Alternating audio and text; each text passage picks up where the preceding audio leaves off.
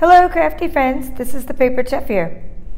In today's tutorial, I'm going to show you how to create this Batty for You card using the Trick or Tweet stamp set by Stampin' Up and the Toil Trouble Designer Series paper. Okay, let's get started. This is the stamp set. It's super cute. I'm going to pan around. It's in this year's holiday catalog. If you'd like a holiday catalog, which is good until January 3rd, I will include the link to the form on my Stampin' Up site in the description of this video.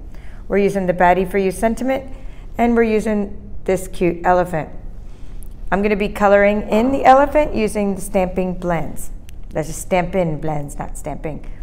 Okay, and there'll be other materials I'll be using, and I'll explain those along the way as well.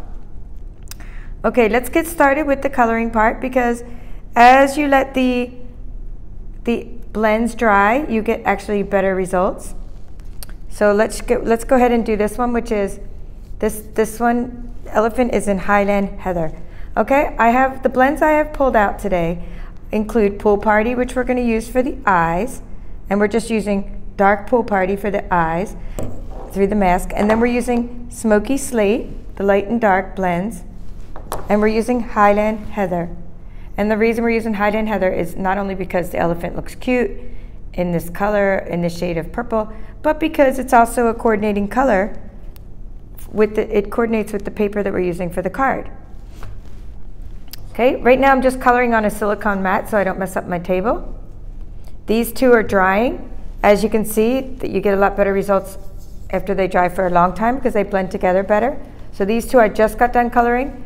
This one I colored a few hours ago, and as you can see, it comes out a lot better the longer you wait.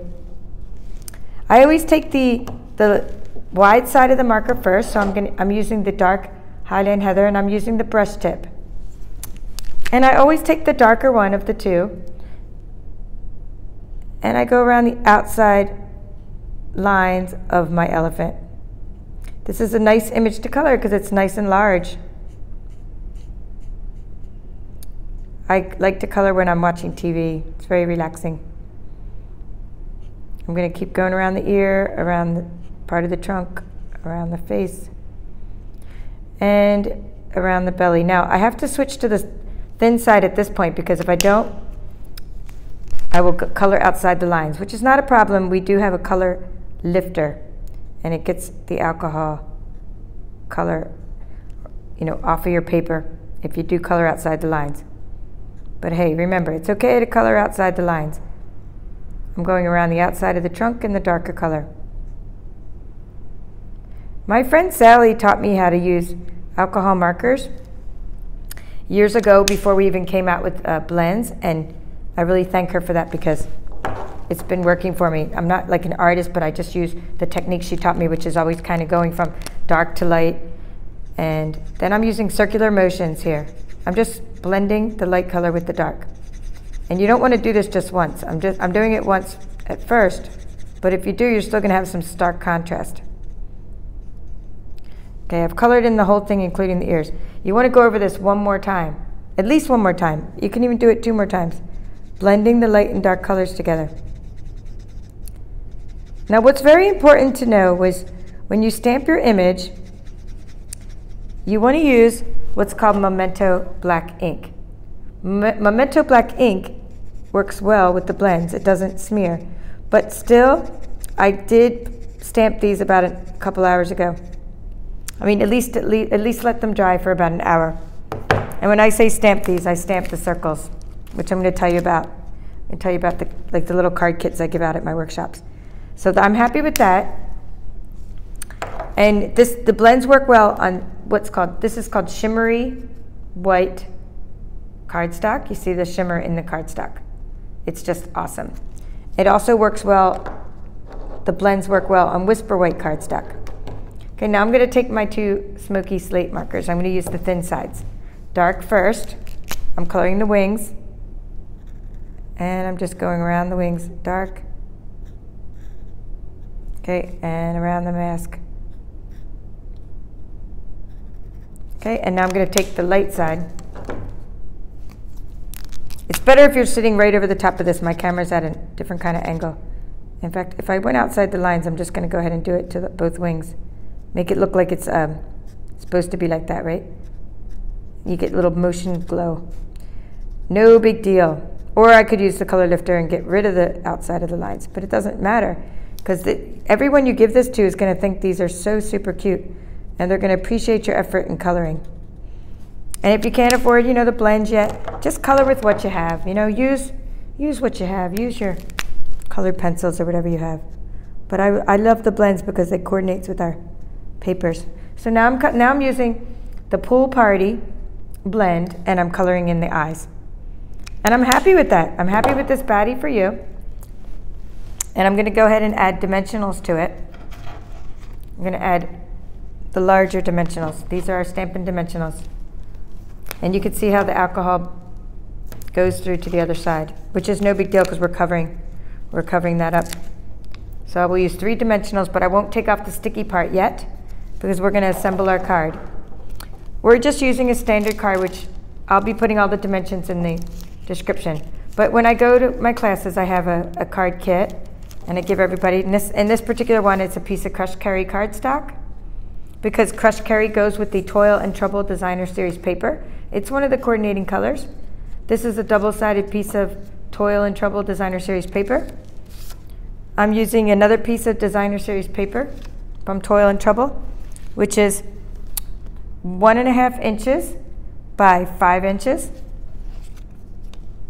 And I'm using 1 by 4 inch piece as well, 1 inch by 4 inch. And this piece here is your standard card mat, which is 5 1/4 by 4 inches. Okay, let's get rid of the circle because I've already used that. We have our little bats. Be putting dimensionals on those in just a minute. Let's move the bats out of the way. Now the bats, by the way, I did a whole tutorial on how to cut out these bats using the Brother ScanNCut. So that's how I got loads and loads of these little bats. I just cut them out of the Designer Series paper by Stampin' Up. Okay, we're going to put some fast views on the mat. I just like to make a big rectangle of fast views. You can use snail, fast views, any rolling adhesive that you have. And then what I like to do is I like to look at the card and make sure I'm doing it. Make sure that I check which side's open before I place the mat down, because this mat has a pattern on it. And I want to make sure that the pattern is shown. And I'm going right over the top. All right, so good. There's our mat. Okay, now we're going to take these 2 pieces. Now, I have what's called the banner triple punch. Triple banner punch, banner triple punch, okay? I've used it thousands of times. It's just the most awesome thing because I use it for bookmarks, the ends of bookmarks, the ends of tags. So what we're going for is this little effect where we punch the ends. You could do this with a pair of scissors, of course, if you don't have this punch, but this punch makes it so easy.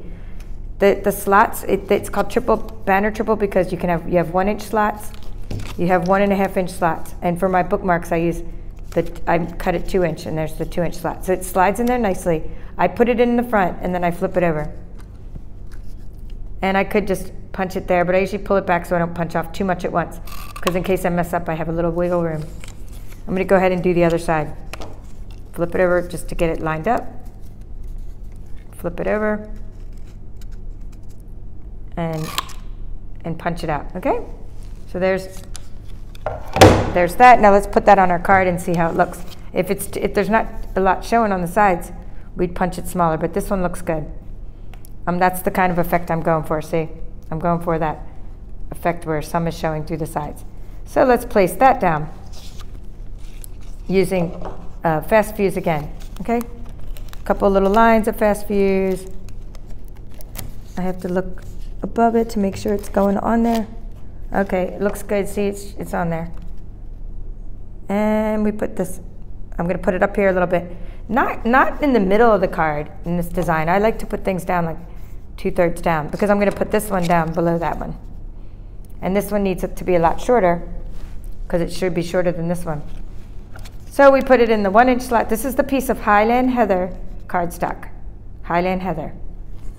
And I put it in the 1 inch slot, but I don't want to cut it all off at once. Maybe that much.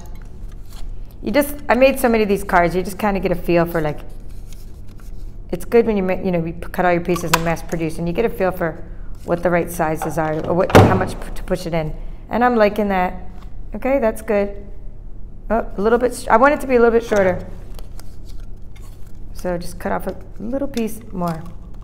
And you could even save these little, if you wanted, I mean, for other kinds of crafting. They look like little arrows. They'd be great for journaling, planning books. Okay, good. I'm liking this element on the card. So now we put a little bit of fast fuse. Okay, and we stick that onto the card. And I'm holding it up so I can see in front of, so I can look down upon it. There's a good spot to leave it. Okay, so here's where we're at, and now we have our Batty for You, and it's already blending better. This is the one we just colored, see, because it has the dimensionals on it. The one I colored earlier doesn't have the dimensionals on it. And as you can see, it's getting better just in that little bit of time we waited. Just in that little bit of time, because the colors will blend together. They kind of just ooze. That's what alcohol does. It just sort of oozes and blends together. It's really nice. And you could do more to this circle. You could actually sponge around the outside for dimension. You could do a lot more to it. I mean, it's up to you. At my class, not even everybody colored the bat. They colored, some of them colored different things from this set. I know a few of them, a couple of my participants used the cat. But 2.5 inch was a good size for this circle because it fits the sentiment and the animal. All right, now let's put on our bats. I've already put mini dimensionals. These are a mini Stampin Dimensionals. I like these because they fit the smaller elements, and they hide back there. All right, so let's look at how I did this card. I'm just gonna put a bat up there. That'll look good. And we'll put the little bat. We put the little bat down there. He needs a dimensional. I just like to put things in threes. I don't know why. Just maybe I've heard about that from before with designing, but I like to always have 3 embellishments, like 3 pearls, 3 sequins, and it just works for me. Okay, and I'm going to put this last bat. There's 3 kinds of bats, so I'm putting all 3 bats. And I like how they contrast because this shimmery white cardstock is a little bit off-white, but the bats they have like pure white around them, which makes it nice contrast with that circle.